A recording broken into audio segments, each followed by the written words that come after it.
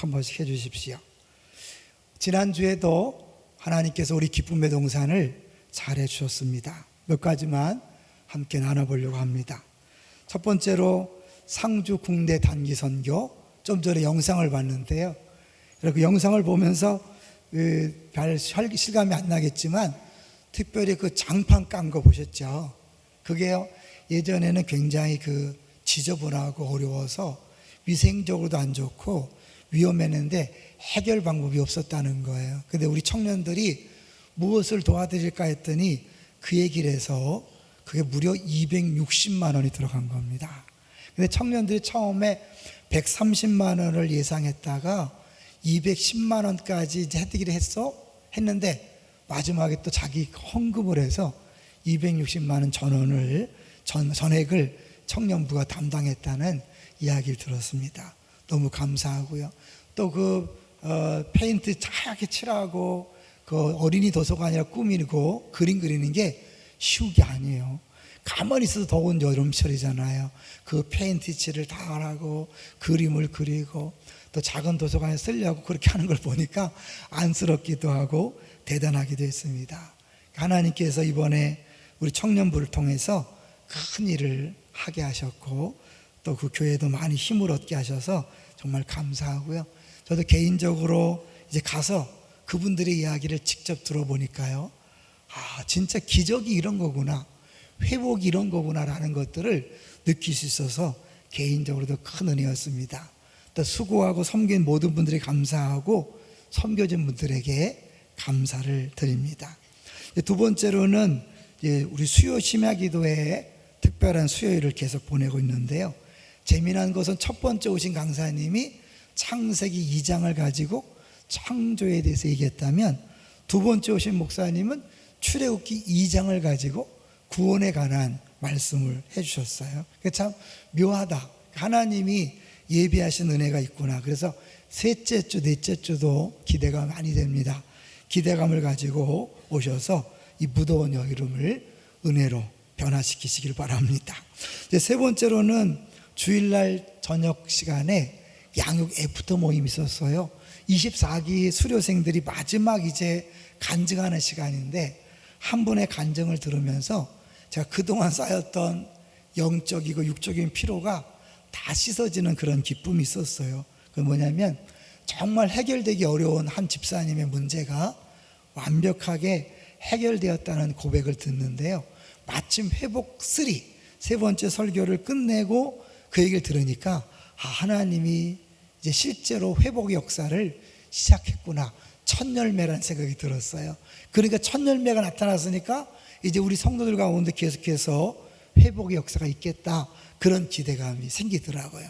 근데 이제 그분이 아주 어려울 때에 양육이 없었다면 버틸 수 없었겠다라는 고백을 하더라고요. 어려울 때 정말 자살을 생각했던 그런 어려운 때였는데 양육을 하면서 버텼고 하나님의 때에 하나님의 방법으로 해결하시는 것을 경험할 수 있었다는 고백을 들었습니다. 양육해야 되겠죠? 여러분, 안 하신 분들, 여러분이 기쁨의 동산교회엔 가장 큰 이유 중에 하나가 양육임을 기억하시고 꼭 양육 받으시고 전도를 통해 생명을 얻고 양육을 통해 풍성한 삶을 누린다는 사실을 잊지 마시기 바랍니다. 자, 이제 오늘 제목을 한번 볼까요? 오늘 제목이 뭡니까? 알게 하리라. 제가 요새 무더위에 이제 고생하는 성도들 생각하면서 교회 출근할 때마다 그런 기도를 합니다. 하나님, 이 무더위에도 우리 모든 성도들을 지켜주십시오. 그리고 삶 속에서 주님이 주님 되심을 보여주옵소서. 근데 이번 주에는요, 그 기도하는데 멈칫하더라고요. 왜냐하면 제가 상주 갔다 들은 이야기가 있어서 이 주님이 주님 되심을 보여주기 위해서 성도들이 겪어야 할 어쩌면 어려움들이 생각이 났거든요. 이 상주의 목사님이 그런 고백을 하더라고요. 처음에 자기가 의도했던 대로 된 것이 하나도 없대요. 처음에는 다문화 가정을 잘 섬기자, 그래서 먼저 그 엄마들, 동남아시아에서는 엄마들에게 말을 가르쳐주고 한글을 가르쳐주고 운전면허 따는 걸 도와주고 그러면서 그들에게 잘해줬으니까 애들이 초등학교 들어가면 주일학교 보내달라 이렇게 했다는 거예요. 그래서 주일학교를 드디어 시작하려고 다 준비해놨는데 몇 명이 왔을까요? 한 명도 안 왔다는 거예요. 너무 배신감도 느끼고 좌절도 절망감이 있었는데, 그런데 이제 가만히 생각해 보니까 왜 꼭 다문화 가정뿐이냐?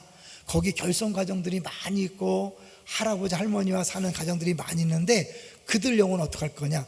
그래서 사실은 자기 고집과 생각을 내려놓고 하나님의 인도하심을 구하다 보니까 지금 70명이 된 거죠. 그 중에 중학교가 25명이 정원인데 21명이 나오는 거예요. 어마어마하지 않습니까? 거의 전교생이 다 나오는 거죠. 물론 초등학교도 거의 전교생이 나와요. 다른 교회 다니는 아이들 빼고 어쩔 수 없이 못 나오는 빼고는 다 교회 나오는 거예요.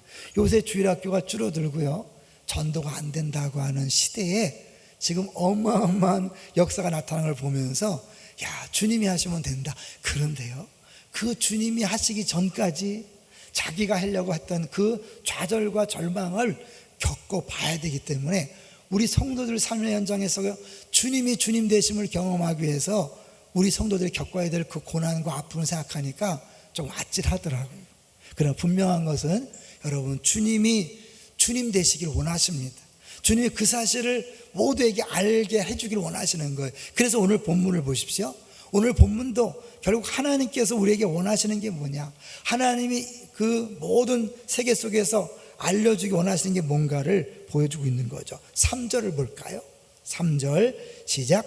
내게 흑암 중에 보화와 은밀한 곳에 숨은 재물을 주어 내 이름을 부르는 자가 나 여호와 이스라엘의 하나님인 줄을 내가 알게 하리라. 내가 알게 하겠다는 거예요. 내는 누굴까요?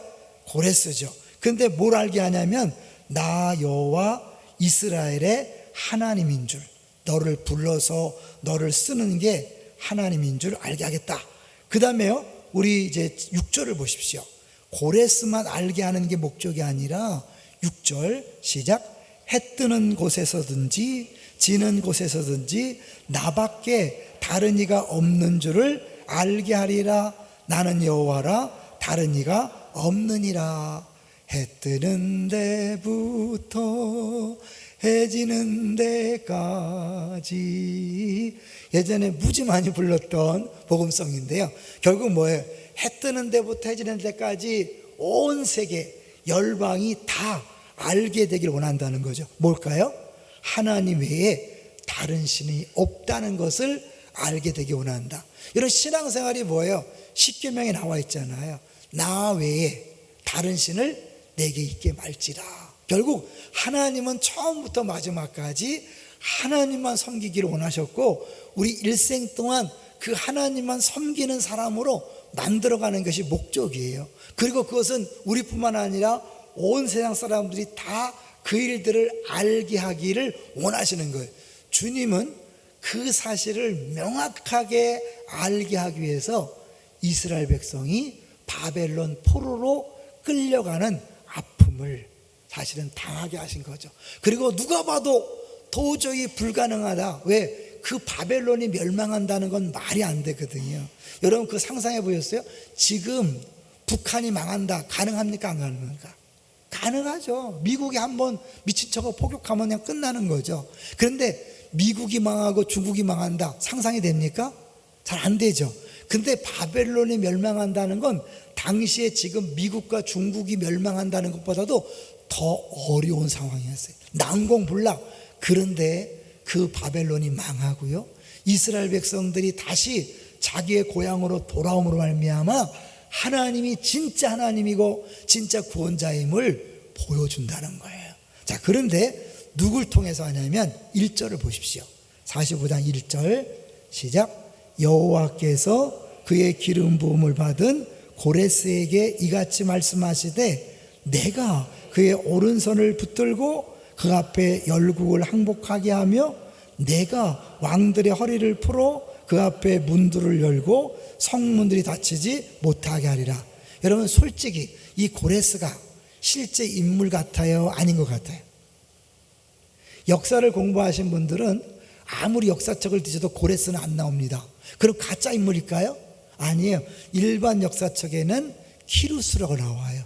키루스 2세, 페르시아를 건설한 키루스 2세인데요. 이 키루스가 얼마나 대단한 사람이냐면 미국의 대학의 역사를 가르치는 학자들이 1년에 한 번씩 모여서 학술대회를 한대요. 근데 어떤 해에는 투표를 했대요. 이 세상 역사를 통틀어서 가장 위대한 지도자가 누구인가. 알렉산더도 있었고 징기스칸도 있었고 세종대왕도 있었지만 누구를 뽑았을까요? 뭐 눈치 빠른 분들 알겠죠? 이 키루스 고레스를 뽑은 거예요. 역사상 가장 위대한 지도자가 바로 이 고레스라는 거예요. 더구나 이 고레스는 누구냐면요, 여러분 혹시 리더십에 관심 있는 사람들은 알 수 있을 거예요.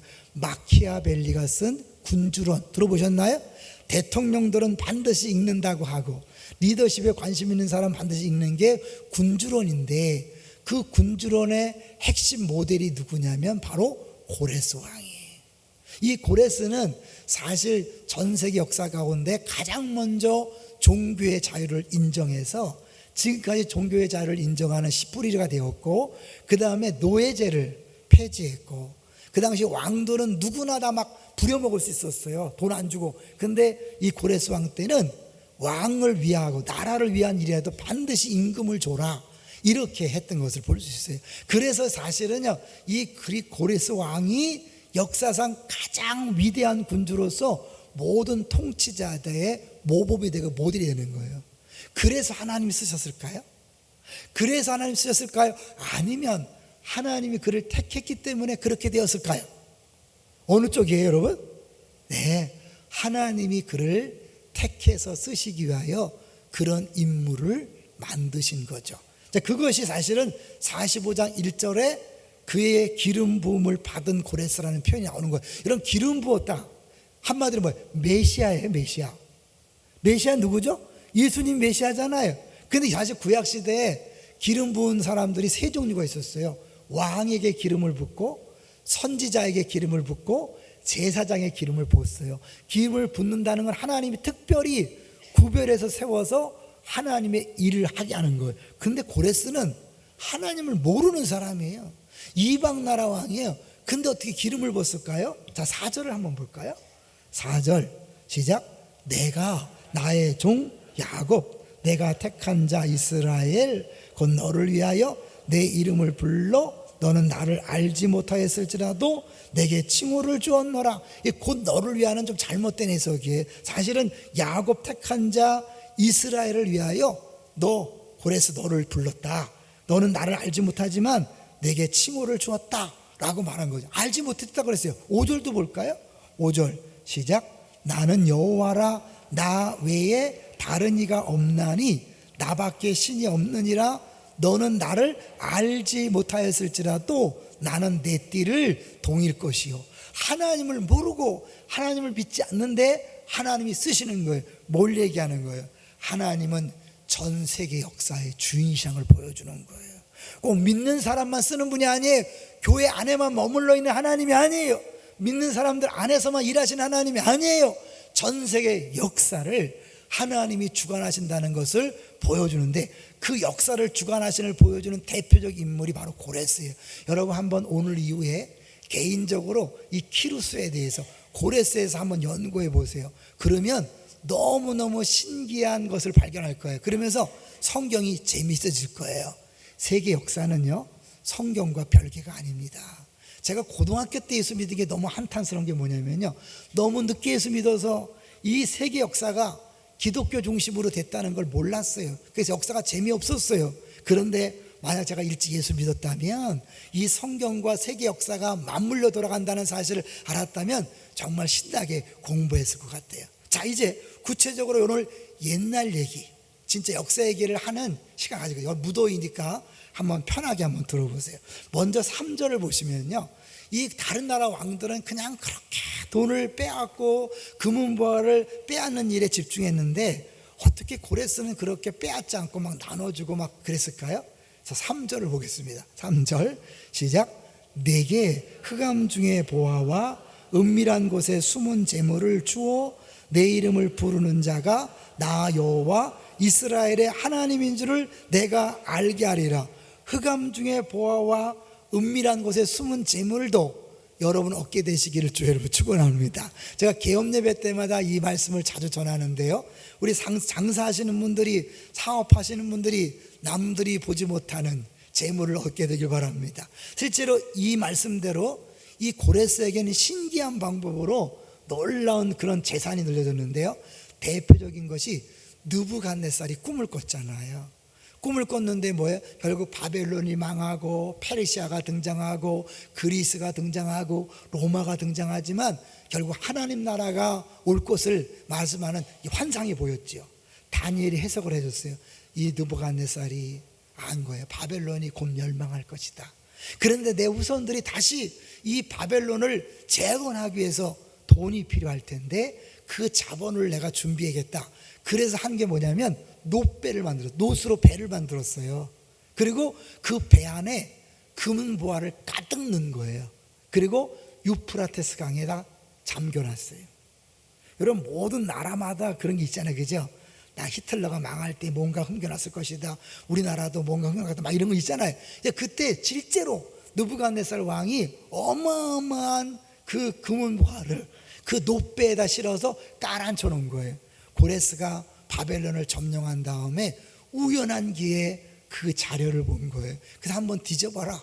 뒤졌더니 그 바다 속에서, 강 속에서 정말 놋배가 나왔고 어마어마한 부를 가질 수 있었다는 거예요. 그런가 하면 사실은 그 주변에 부자 나라들이 있었어요. 사대라는 나라가 있었어요. 사대. 이거는 초대교회 7교회 중에 사대교회가 있죠. 굉장히 부유하다고 나오잖아요. 금광을 발견했기 때문에 굉장히 부유한 나라고, 자기들은 철옹성이라서 도저히 아무도 쳐들어오지 못한다고 너무나 여기고 있어서 실제로 못 쳐들어갔어요. 근데 얼마나 재밌냐면 그 한 사람이, 보초병이 투구를 떨어뜨렸어요. 떨어뜨렸으니까 그 투구를 죽기 위해서 그 비상 통로로 내려온 거예요. 그걸 우연히 발견하고, 아, 저기가 길이구나. 거길 집중적으로 공략해서 그 사대, 철옹성, 절대 침략이 불가능한 그 성이 무너진 거예요. 그래서 그 안에 있는 어마어마한 금을 다 가지게 된 거예요. 더 나아가서 이제 옆에 나라들, 바로 이제 그 메디아 옆에 나라들, 이것들도 하는데요, 그 전에 더 재밌게 하기 위해서 이 고레스는 도대체 누군가? 이 고레스 개인을 볼 때는 말도 안 되는 사람이에요. 도저히 이런 제국을 건설할 사람이 아닌데 하나님이 신기한 방법으로 그 당시 모든 나라들을 거의 무혈로 정복한 거예요. 다시 한번 보세요. 45절에 보면 그의 오른손을 붙들고 그 앞에 열국을 항복하겠다 그랬잖아요. 또 내가 왕들의 허리를 풀었다. 무장 해제를 시킨 거죠. 왜? 허리가 이제 무기가 달린 거니까. 그 앞에 문들을 열고 성문들이 닫히지 못하게 하리라. 근데 그 앞에 44장 27절부터 볼까요? 27절. 44장 27절 시작. 기품에 대하여는 이르기를 마르라. 내가 내 강물들을 마르게 하리라 하며, 28절. 고레스에 대하여는 이르기를 내 목자라. 그가 나의 모든 기쁨을 성취하리라 하며, 예루살렘에 대하여는 이르기를 중건되리라 하며, 성전에 대하여는 내 기초가 놓여지리라 하는 자니라. 사실 이 고레스는 안산이라고 부르기도 해요. 안산이라는 저기 메데파사라고 들어봤죠? 메디아 페르시아. 역사책에는 메디아 페르시아 나오는 게 메데파사예요. 그러니까 저 바사라는 큰 나라 되기 전에 아주 구석에 작은 그런 마을과 같은 동네가 안산이에요. 근데 거기서 태어나고 자란 고레스가 어떻게 전 세계를 지배하게 됐을까? 그때 기거한 인생이 뭐냐면요, 이제 그 메디아라는 나라가 있었고 바사가 속국이었는데 그 메디아 나라 왕이 딸이 있었어요. 어느 날 꿈을 꿨는데 딸이 오줌을 쌌는데 이 오줌이 막 철철 넘쳐갖고 집안을 가득 채우더니 아시아 전체를 막 홍수가 나게 하는 거예요. 야, 귀야, 너도 이런 꿈이 있냐? 그래서 술사들을 불러다가 물어봤어요. 그랬더니 왕이시여, 불길한 꿈입니다. 이 딸이 낳은 자식이 온 세계를 제패할 것 같습니다. 그럴 리 있겠는가? 근데 마음에 든 거예요.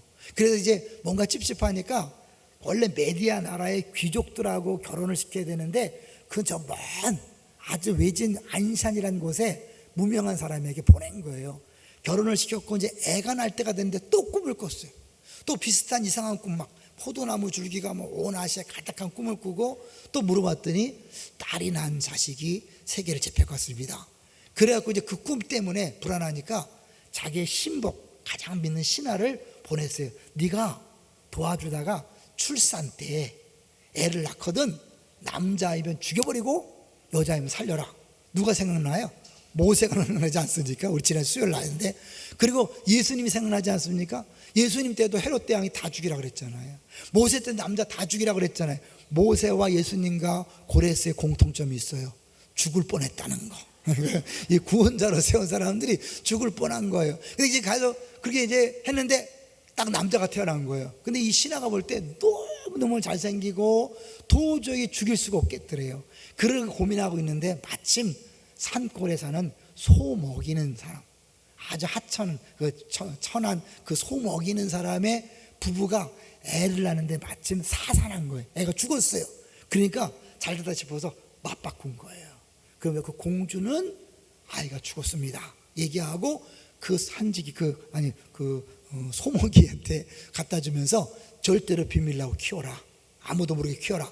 근데 애가 이 못 버리는 거예요. 그 하나님께서 했기 때문에 10살 됐는데 늘 나가면 전쟁놀이 하는데 애들을 모아놓고 지가 왕이야. 그리고 법을 정해놓고 법을 어기면 반드시 벌을 주는 거예요. 어느 날 그 메디아 나라의 신하 중에 그 높은 신하 중에 아들이 같이 놀다가 법을 어겨서 무지 매를 맞은 거예요. 그 애가 막 쩔쩔매니까 나중에 아버지가 듣고 너 왜 그러냐? 사실은 뭐 놀다 그랬어요. 그랬지만 이 아버지 마음속에 좀 싫은 거죠. 아들이 이렇게 맞았으니까. 그래서 한 번 찾아내서 혼내주겠다라고 마음 먹고 있는 중에 이제 왕하고 술자리가 벌어졌는데 술이 취한 다음에 이야기하는 거야. 아이고 우리 아들 놈이 무슨 뭐 하는데 한 놈이 때려갖고 막 아팠다고. 그랬더니 그 얘기를 듣는데 메디아 왕이 자기 어릴 때의 모습하고 비슷한 거예요. 이상한데 한번 데리고 와봐라. 데리고 왔는데 딱 보는 순간 어떻게 되세요? 딱 알죠. 자기 손자니까 판박이. 이놈이 날 닮았네. 그 순간 몇 살이냐? 10살이다 10년 전 생각을 하면서 부모를 데리고 와라 그런 거예요. 부모를 불러다 놓고 너 이 실 찍고 안 오면 죽여버린다. 그러니까 어떻게 해요? 겁먹고 사실은 10년 전에 우리 애가 죽었는데 누가 갖다 놓고 비밀로 키우라고 그랬습니다. 왕이 뭐야? 이 신하 놈이 거짓말했구나. 그래서 이제 그 신의 뜻 생각하고 그 아들을 실제 부모, 자기 공조, 왜냐하면 그 소모기가 먹여 키웠잖아요. 다시 원래의 부모에게 보내고 이제 고레스가 이제 좀 달라진 거죠. 이제 그 사이에 이제 이 왕은 이놈 괘씸하다. 그래갖고요 그 괘씸한 걸 어떻게 갚았냐면 그 신하를 부른 거예요. 그러면서 같이 식사를 하면서 귀한 상을 준비했어요. 고기 반찬을 내놨는데 왕은 안 먹고 자꾸 먹으라고 하는 거예요. 잘 먹고 났는데 마지막에 얘기하는 거예요. 이 고기가 누구 고기인지 아느냐? 네 아들 고기야. 아들을 죽여서 고기 반찬을 만든 거예요. 그러니까 이 괘씸하다고 그렇게 보복한 거예요. 옛날 왕들이 이렇게 무자비하잖아요. 옛날 왕만 무자비한가요? 지금 저 김모씨, 김정은도 막 자기 삼촌을 뭐 고사포로 쏴주겠다 그러잖아요. 이 지도자들이 악하잖아요. 그렇게 한 거예요. 이 사람이 힘이 없으니까 내색을 하지 않고 꾹 참았어요. 사실 요단부터는 역사가들 사이에 이론의 여지가 있습니다. 다른 설이 있는데 이제 제가 믿기로는 이제 나중에 이 고레스가 커서 그 속국의 왕이 돼요. 그러니까 이제 메디아 왕이 바벨론을 침공하기 위해서 이 메디아한테, 그 바사의 고레스한테 야 협력해, 같이 참전해. 안 간다고 한 거예요. 이놈이. 그래갖고 이제 그 최고 가까운 신하한테 군대를 보낸 거예요. 어떻게 했을까요? 이 사람이 그동안 품고 있었던 그것을 갚는 거예요. 군대를 다 데리고 가서 고레스에게 항복한 거예요. 그 고레스 군대가 갑자기 강해진 거죠. 그리고 이제 왕이 화가 나서 전 군대를 끌고 왔는데 이 군대 신하들이 왕이 워낙 포악하고 그러니까 다 돌아선 거예요. 그래서 싸움하지도 않고 그냥 무혈로 정복한 거예요. 근데 자기 할아버지니까 죽이지 않고 메데 파사라는 나라로 계속 이름을 유지하면서 이 호의를 베풀었던 거죠. 이제 그래서 사실은 이제 그 무혈로 그 메디아라는 큰 나라를 점령하고 큰데 주변 나라들을 점령할 때 아까 사대라는 나라를 정복할 때 우습게 얘기했잖아요. 그 옆에 이제 아르메니아라는 데를 정복하는데요. 그때는 더 재미난 게 뭐냐면 말들이 낙타 냄새를 싫어한대요. 낙타가 풍기는 거. 일부러 낙타를 전방에 내섰더니 이 적의 군마들이 다 도망을 가갖고 쉽게 싸우지 않고 정복한 거예요. 이런 식으로 이 고레스가 가는 데마다 너무 쉽게 정복이 되는 거예요. 이 바벨론이지. 이 바벨론 도저히 무너질 수 없는 성이에요. 왜냐하면 너무 높게 성을 쌓고, 아시죠? 해자라 그래서 아시겠지만 성 주변에 이 물을 저장합니다. 그래서 거기를 건너와야 성에 올라올 수 있으니까 못하는 거죠. 물을 가득 채운 거예요. 그러니까 도저히 점령이 안 되는 거예요. 근데 이 고레스가 어떤 작전을 폈냐면 유프라테스 강의 물줄기를 돌려버린 거예요. 딴 데로 돌려버리니까 어떻게 해요? 이 바벨론 한가운데로 유프라테스가 흘러오는데 이 강줄기가 낮아지면서 이 바벨론 한가운데 강이 흐르니까 그 낮은 강줄기를 따라서 올라간 거예요. 그래갖고 여기 27절, 24장 27절 이거 보세요. 기품에 대하여는 이르기를 마르라, 내가 내 강물들을 마르게 하리라. 이게 예언이 격조한 거예요. 에이 설마 아니에요. 이제 다시 이렇게 해서 이제 했는데, 그 당시 바벨론에 멸망할 때 누가 왕이었어요? 벨사살. 아시죠? 이 벨사살이 어느 날 겁대가리 없이 예루살렘 성전에 쓰던 그 거룩한 그릇을 갖다 놓고 1000명과 함께 술을 마시고 있었잖아요. 하나님이 손을 딱 등장시킨 거죠. 갑자기 손이 나타나서 막 메네 되게 우발을 쓴 거예요. 막 사시나무 쩔쩔 매면서 해석하라는데 아무도 해석을 못해요. 근데 누가 등장합니까? 그때까지 다니엘이 또 있었거든요. 다니엘이 등장해서 해석을 하는 거예요. 메네, 왕이 이미 왕의 나라의 시대를 세워서, 하나님이 이미 왕의 나라의 시대를 세워서 그것을 끝내게 하셨다. 데겔, 저울에 달아봤더니 부족함이 보였다. 베레스, 왕의 나라가 안 올 것이다. 그 말 하고 있는데 사실 바깥에서는 이제 고레스가 쳐들어오는 거예요. 근데 이 베레스와 그 아버지가 사실은 원래 왕조보다는 쿠데타 생긴 건데, 이 원래 바벨론 섬기는 말뚝신을 안 섬기고 다른 신을 섬기니까 제사장들이 다 불만이 있었어요. 백성들도 다 불만이 있었어요. 그러니까 고레스 공이 쳐들어오니까 싸우지도 않고 그냥 어서옵쇼 하고 오히려 환영하는 그런 일이 벌어진 거예요. 그 엄청난 바벨론, 도저히 무너질 수 없다고 믿었던 바벨론이 하룻밤 사이에 그냥 끝나버린 거예요. 누가 했을까요? 하나님 계속 내가요. 적당한 선이라면 사람도 인정하지 않을 거예요. 누가 봐도 말도 안 되는 상황이 벌어졌기 때문에 그것을 거역할 수 없는 거예요. 고레스도 몰랐어요. 근데 이 베레스에게 아니 베레스가 아니죠. 잘못했네. 그게 그렇게 얘기했던 그 다니엘이 뭐예요? 이 고레스에게도 얘기했다는 역사가들의 증언이 있어요. 고레스에게 사실은 당신이 태어나기 150년 전에 이미 하나님이 정확히 예언을 했다. 그리고 이사야 44장 27절, 28절, 45장을 읽어준 거예요. 그때에서 고레스는 한 거죠. 아, 그렇구나. 근데 이 사람들이요, 어떻게 150년 전에 이름까지 정확하게 예언이 됐는가? 그래서 이걸 못 믿는 사람들은 이 이사야가 이 뒷부분은 다른 사람이 적었을 것이라고 이렇게 이상한 소리를 해요. 근데 하나님은 의도적으로 미리 150년의 예언함으로 말미암아 하나님이 진짜 신임을 보여주려고 하는 거예요. 잠깐 넘어가 볼까요? 우리 45장이요. 45장 21절을 보세요. 45장 21절. 21절 시작. 너희는 알리며 진술하고 또 함께 의논하여 보라.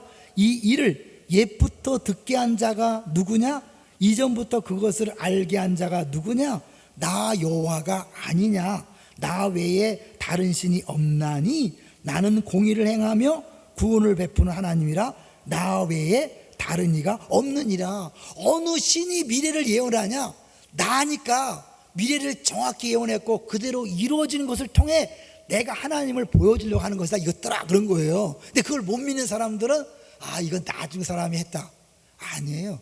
요시야 왕이란 사람이 있어요. 성경에 그 요시야란 이름이 300년 전에 정확히 예언이 됩니다.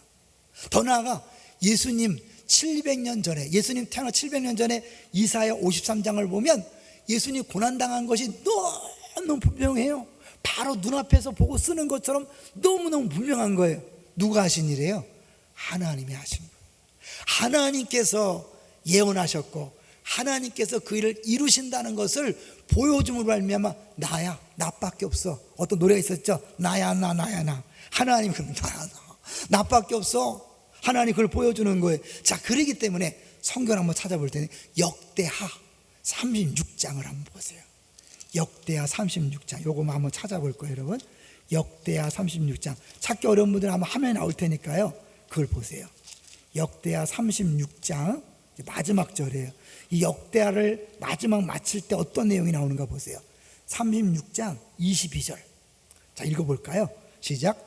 바사의 고레스 왕 원년에 여호와께서 예레미야 입으로 하신 말씀을 이루시려고 여호와께서 바사의 고레스 왕의 마음을 감동시키심에 그가 온 나라에 공포도 하고 조소도 내려 이르되 뭐라고요? 바사 왕 고레스가 이같이 말하노니 하늘의 신 여호와께서 세상 만국을 뭐 했다고요? 내게 주셨고 나에게 명령하여 유다 예루살렘에 성전을 건축하라 하셨나니 너희 중에 그의 백성된 자는 다 올라갈지어다. 너희 하나님 여호와께서 함께 하시기를 원하노라 하였더라. 사실 하나님께서 이미 22절에 누구의 입을 통하여? 예레미야 입을 통하여 말씀했죠. 뭐예요? 70년 동안 포로 생활할 것이다. 70년 뒤면 바벨론은 망할 것이다. 바벨론 70년 만에 망했거든요. 그렇게 짧게 망한 나라가 없어요, 대제국이. 그러니까 결국 바벨론은 이스라엘 백성을 그 죄악을 해결하기 위해서 하나님이 가나안 땅에게 안식을 주기 위해서 도구로 쓰기 위해서 잠깐 역사상에 등장시켰다가 끝낸 나라예요. 이 페르시아는 200년이 갔거든요. 결국 이 예레미야 예언대로 70년 만에 고레스가 등장하여서 결국 그 바벨론을 멸망시키고 이스라엘 백성을 돌아가라 그런 거예요. 자, 그 뒤에 바로 역대하 다음이 에스라예요. 에스라 성경은 하나님이 약속하신 언약을 어떻게 성취하는 걸 보여주는 책이거든요. 자, 에스라 1장 1절부터 4절까지 한번 읽어볼게요. 자, 1장 1절 시작. 바사왕 고레스 원년에 여호와께서 예레미야 입을 통하여 하신 말씀을 이루게 하시려고 바사왕 고레스의 마음을 감동시키심에 그가 온 나라에 공포도 하고 조소도 내려 이르되 2절 바사왕 고레스는 말하노니 하늘의 하나님 여호와께서 세상 모든 나라를 내게 주셨고 나에게 명령하사 유다 예루살렘에 성전을 건축하라 하셨나니 3절 이스라엘 하나님은 참 신이시라 너희 중에 그의 백성된 자는 다 유다 예루살렘으로 올라가서 이스라엘의 하나님 여호와의 성전을 건축하라 그는 예루살렘에 계신 하나님이시라 4절도요 그 남아있는 백성이 어느 곳에 머물러 살든지 그곳 사람들이 마땅히 은과 금과 그 밖의 물건과 짐승으로 도와주고 그 외에도 예루살렘에 세울 하나님의 성전을 위하여 예물을 기쁘게 드릴지니라 하였더라. 뭐예요? 너희 돌아갈 사람은 돌아가고 돌아가지 않을 사람은 예루살렘 성전을 위해 예물을 바치고 헌금을 해라. 그렇게 한 거예요. 사실 고레스가 유대 나라에게만 한 게 아니에요. 바벨론에 잡아왔던 모든 나라 사람들에게 다 자유를 선포하고 종교의 자유를 선포했는데 핵심은 누굴까요? 이스라엘인 거예요. 여러분 우리 나라에 5,8년 개띠가 유명하죠. 왜요? 하여튼 고생 지질이 하는 자가 5,8년 개띠인데 왜냐하면 5,8년이 가장 많은 인구가 태어난 때예요. 경쟁에도 치열하지만 입시제도가 막 바뀌었어요. 누구 때문에? 박지만이가 58년생이잖아. 물론 이게 공공연한 비밀인데 그 박정희 대통령이 자기 아들 때문에 고입제도를 바꾸고 대입제도를 바꿨다 이런 소문이 있어요. 어떤 소문이에요. 그런데 그 한 명만 다 바꿀 수 없으니까 어떻게 해요? 전체를 뒤집어 엎었잖아요.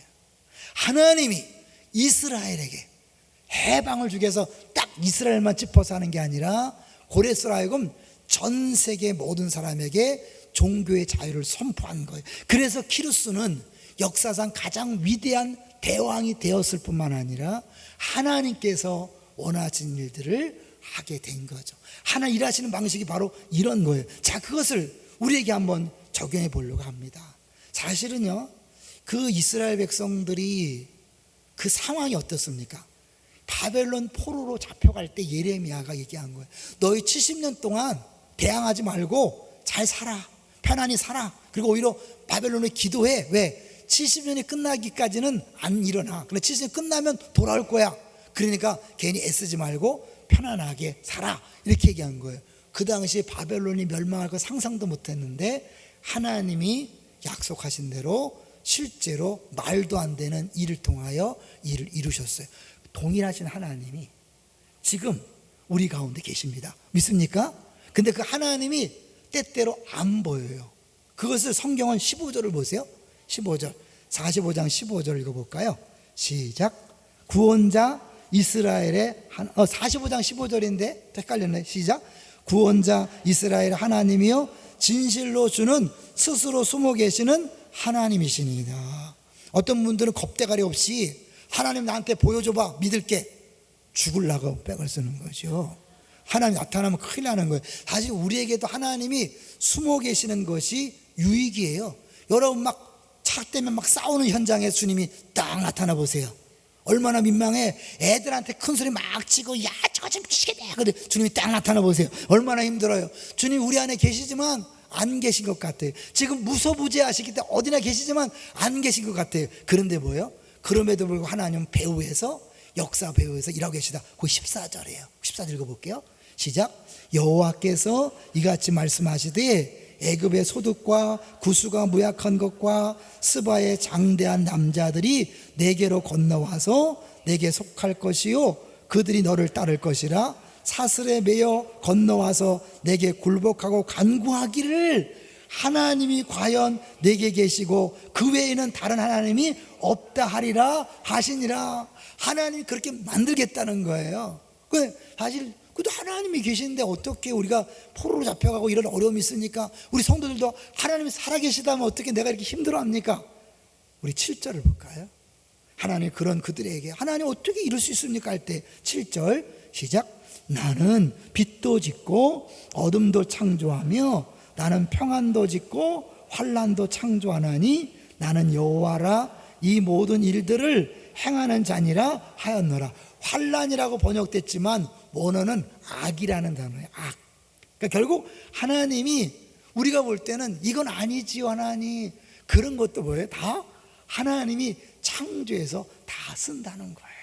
고레스 같은 인간도 쓰시지만 히틀러 같은 인간도 쓰시는 거죠.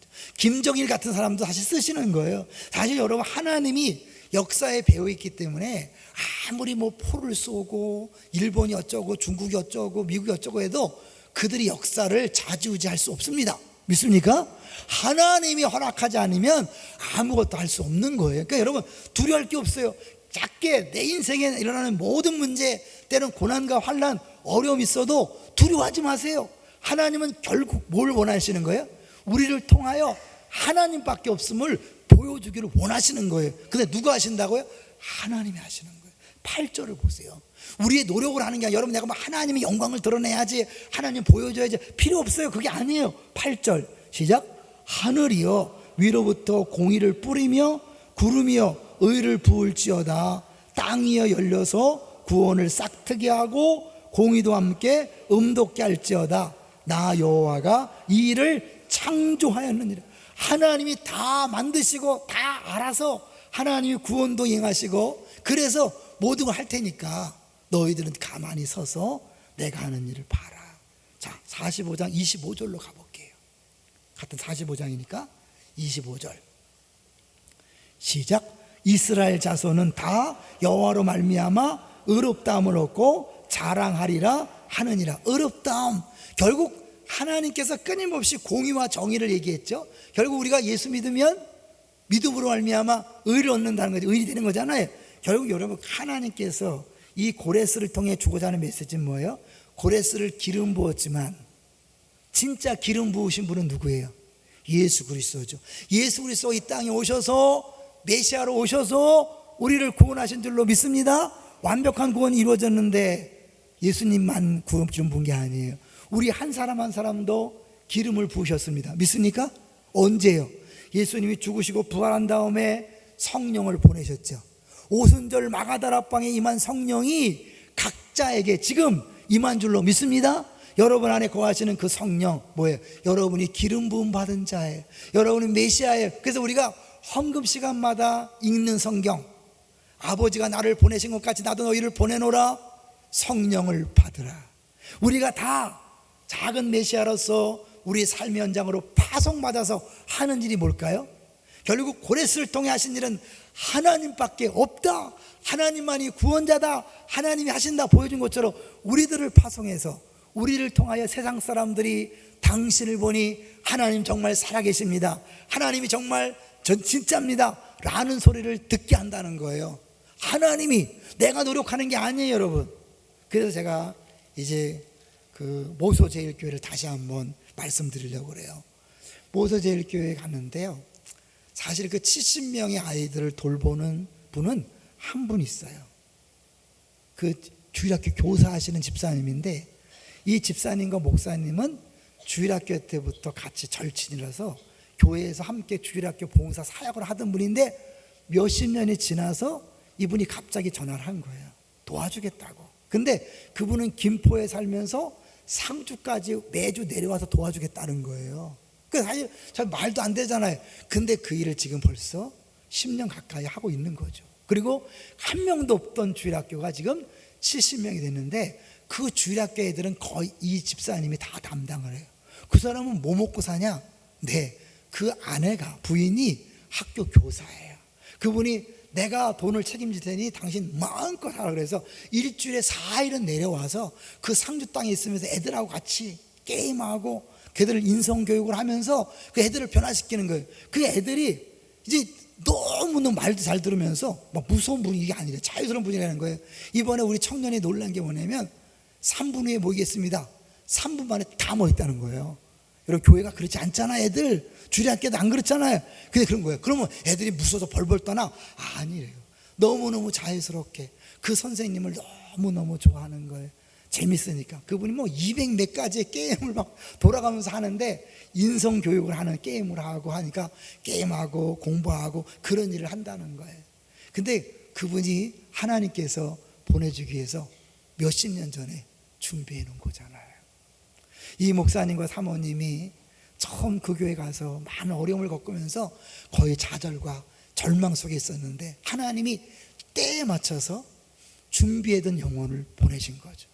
아까 얘기했던 우리 집사님 한 분, 정말 해결이 안 되는 어려운 문제였는데 곳곳에 돕는 손길들을 준비해 놨다가 자기를 도와줬다는 거예요. 그래서 그 어려운 문제가 해결되었다는 거예요. 뭘 얘기합니까? 하나님이 친히 영광 받기 위해서, 살아계심을 보여주기 위해서 모든 사람을 주관하시고 움직이시는 줄로 믿습니다. 모든 역사를 움직이고 계신 줄 믿습니다. 이 사실을 믿으면요, 지금 내게 어떠한 상황이 있어도 두려워하지 않고 염려하지 않는 거예요. 박연선 목사님이 그런 표현을 썼어요. 컨텍스트와 텍스트다. 컨텍스트는 상황, 환경이잖아요. 텍스트는 사실 그 진짜 메시지고, 우리에게는 동일한 텍스트가 있다. 이 뭐예요? 하나님만이 유일하신 분이라는 거, 하나님만이 유일한 구원자고 의지할 대상임을 전하고 드러내는 것이 하나님의 목표고 메시지예요. 우리 다 그런 메시지를 갖고 살아가는 거예요.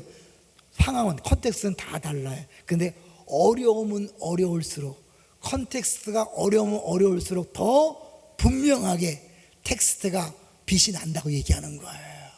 그래서 영화배우 얘기하면서, 영화배우가 못생겨야 그 주제가 드러나지, 영화배우가 잘생기면 주제가 생각 안 나고 얼굴만 생각난다, 이런 얘기 하는 거예요. 본인이 못생긴 걸 자랑하더라고요. 어쨌든 간에 우리가 고난당하고 어려움을 당하고 힘들면 힘들수록 뭐예요? 더 분명하게 하나님의 일하심이 드러나므로, 하나님이 하나님 되심, 하나님이 유일한 구원자, 하나님 일하심이 더 명확하게 드러날 줄로 믿습니다. 그러니까 어려울 때 더 자신감을 가지세요. 더 염려하지 마세요. 두려워하지 마세요. 내가 기도했던 우리 애들이 변화되겠지. 안 변해도 문제 없어요. 저는 이번에 보니까요, 주님이 하시면요, 안 된다고 하잖아요. 지금 뭐 때문에 안 되고 뭐 때문에 안 되고, 주일학교 한 명이 70명을 완전히 뒤집어 놨어요. 거긴 전도가 필요 없대. 왜? 엄마들이 우리 애를 좀 맡아주세요. 데리고 온다는 거예요. 아까 잠깐 얘기했지만 중학교 25명 중에 5명이 말썽을 일으키는 거예요. 가만히 보니까 그 5명만 교회를 안 나가더래요. 그 선생님이 찾아왔대요. 얘들 5명 좀 맡아주십시오. 그래서 그 5명에 집중했더니 그 중에 1명이 나와서 25명 중에 21명이 나오고 4명이 안 나오고 있다는 거예요. 주일학교 거의 다 나오고 그 동네 전체가 변했는데 그 아이들이 동네만 사는 게 아니에요. 산속 깊은 곳에. 그래서 목사님이 매일 태우러 가고 태우고 오는 거예요. 그 일들을 목사님이 하고 이 집사님이 책임지고 하니까 애들이 바뀐 거예요. 부모님들이 놀라는 거예요. 여러분 주일학교가 자꾸 줄어든다고요? 선생님이 없다고요? 환경이 어렵다고요? 조건이 어렵다고요? 아니, 하나님이 하시면 아무 문제가 되지 않습니다. 하나님이 하시면 회복될 수 있습니다. 하나님이 하시면 기적이 나타납니다. 저는 그것을 보고 용기를 얻었어요. 특별히 회복 시리즈를 설교한 다음에 들어보니까 와, 된다, 할 수 있다. 여러분에게 주시는 소망의 메시지인 줄로 믿습니다. 두려워하지 마십시오. 염려하지 마십시오. 자신을 내려놓고 전적으로 주님만 바라보고 의지하고 기도하십시오. 주님이 친히 일하셔서 살아계심을 보여주고 하나님이 하나님 되심을 보여줄 줄로 믿습니다. 이제 주보를 잠깐 펴시고요. 잠깐 빨리 한번 적어보세요. 짧게 한번 적어보세요. 그리고 안 나오신 분들하고도 한번 나눠주십시오.